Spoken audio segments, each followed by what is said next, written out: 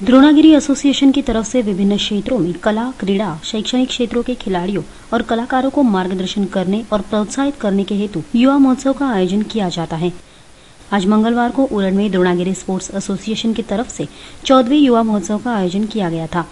इस महोत्सव की शुरुआत 2001 में हुई थी। द्रोणागिरी स्पोर्ट्स एसोसिएशन की तरफ से इस युवा महोत्सव 2014 का कार्यक्रम 22 दिसंबर से 25 दिसंबर तक का है। द्रोणागिरी स्पोर्ट्स एसोसिएशन की तरफ से आयोजित युवा महोत्सव में माननीय विवेक पाटिल, कर्नाला स्पोर्ट्स एकेडमी के उपाध्यक्ष रविशेठ पाटिल, महेश मात्रे, महादेव बंडा, जनुशेठ भोईर, माया पाटिल, लता पाटिल, वैशाली घरत, द्रोणागिरी स्पोर्ट्स एसोसिएशन के अध्यक्ष महादेव घरत, यशवंत ठाकुर, शेखर पाटिल, ज्येष्ठ पत्रकार धनंजय गोंधळी, नाहिदा ठाकुर, सीएन पाटिल आदि गणमान्य उपस्थित थे।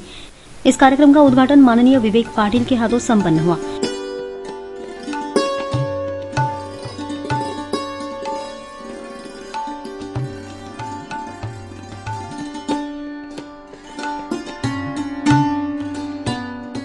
इस कार्यक्रम के दौरान माननीय विवेक पाटिल ने सभी गुणवंत खिलाड़ियों का मनपूर्वक अभिनंदन किया और उनके भावी जीवन के लिए उन्हें शुभकामनाएं दी।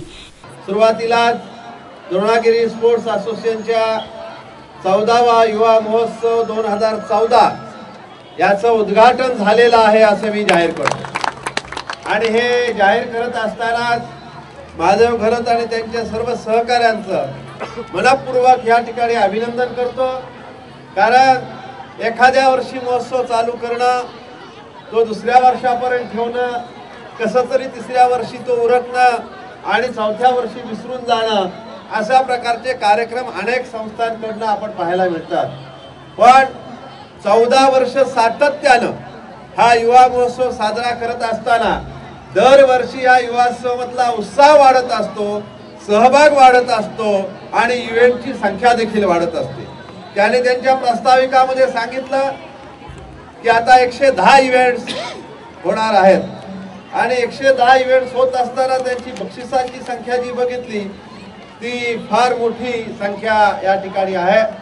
आणि अशा प्रकारे या उरणचं सांस्कृतिक क्रीडाविषयक नाव उंचावण्याचं काम निश्चितच या द्रोणागिरी स्पोर्ट्स असोसिएशनच्या माध्यमातून होत आहे। त्याचबरोबर या तालुक्यामध्ये जे विविध क्षेत्रामध्ये चांगलं काम करतात त्यांना देखील पारितोषिक देऊन त्यांचं कौतुक करण्याचं काम, त्यांना प्रोत्साहित करण्याचं काम या द्रोणागिरी स्पोर्ट्स असोसिएशनच्या माध्यमातून होत असतं।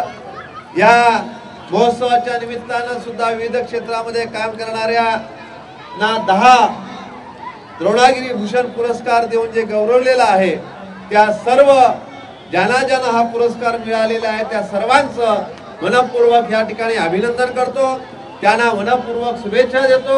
त्यांच्या भावी आयुष्यामध्ये आतापर्यंत जे त्यांनी काम केलं त्याच्यापेक्षा अधिक काम त्यांच्या हातनं घडो आणि त्यांना आज जे तालुका लेवलचे पुरस्कार मिळालेले आहेत ते हळूहळू जिल्हा लेवल, राज्य लेवल, राष्ट्रीय लेवल आणि आंतरराष्ट्रीय लेवलचे पुरस्कार मिळवत अशा प्रकारच्या मनपूर्वक शुभेच्छा या ठिकाणी मी त्यांना निश्चितपणे देत आहे। इस कार्यक्रम के दौरान संगीत गायक प्रकाश तांडेल द्वारा बनाई गई द्रोणागिरी युवा महोत्सव सीढ़ी का अनावरण माननीय विवेक पाटिल के हाथों संपन्न हुआ। विभिन्न क्षेत्रों में उल्लेखनीय कामगिरी करने वाले व्यक्तियों को द्रोणागिरी भूषण पुरस्कार से माननीय विवेक पाटिल के हाथों सम्मानित किया गया।